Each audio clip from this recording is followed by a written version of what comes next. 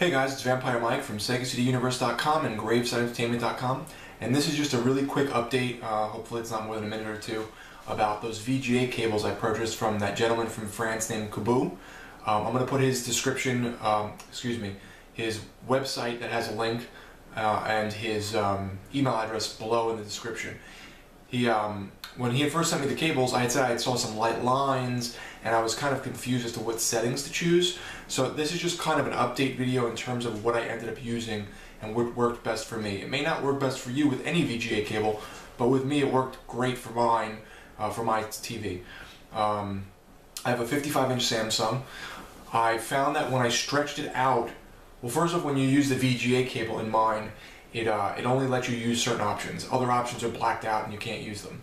So I was kind of limited in terms of what I could do. I couldn't like stretch it full screen and things like that. I had to use the menus to do a couple things, and even that didn't turn out great. The best quality, and it looks amazing, is to put it on 4x3. I'm stretching it to 16:9, but I'm still finding it to look excellent. The problem for me was, I was turning, there's a setting on my TV called Coarse and Fine. I was turning either one of those up.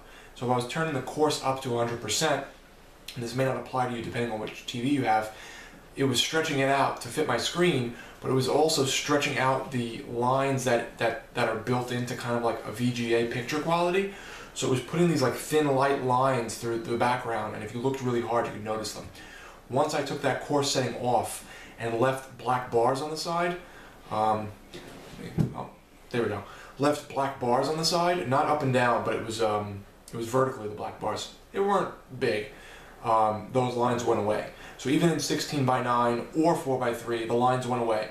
4x3, they're definitely much less apparent. They're non-existent actually, but in 16:9 you don't see them either. But it stretches it a little bit. So I kept it on 16:9. I also put the gamma at its highest to make up for the lack of like that oversaturation brightness that the VGA cables had that I was showing initially. The old, not VGA, excuse me, Jesus, composite cables that I was showing. The VGA came up a little dimmer, it wasn't as bright and oversaturated. And I ended up turning the dynamic contrast on low just so that the darks were a little darker and the lights were a little lighter, and that really evened things out. So overall, I mean, the picture quality is amazing, and it's hands down much better than what the composite cables were doing.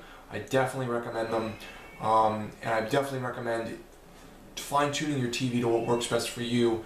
But if you overstretch it, I found it to be to get these light lines. So your best bet is to not do that, especially if you have a Samsung.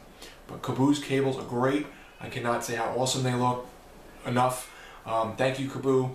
And I will put his stuff down in the description again, and the video is already 3 minutes, and I said it was really going to be 2, so I'm done. Thank you guys for watching. There was my little VGA update. It's Vampire Mike from SegaCityUniverse.com and GravesideEntertainment.com. Be good, guys.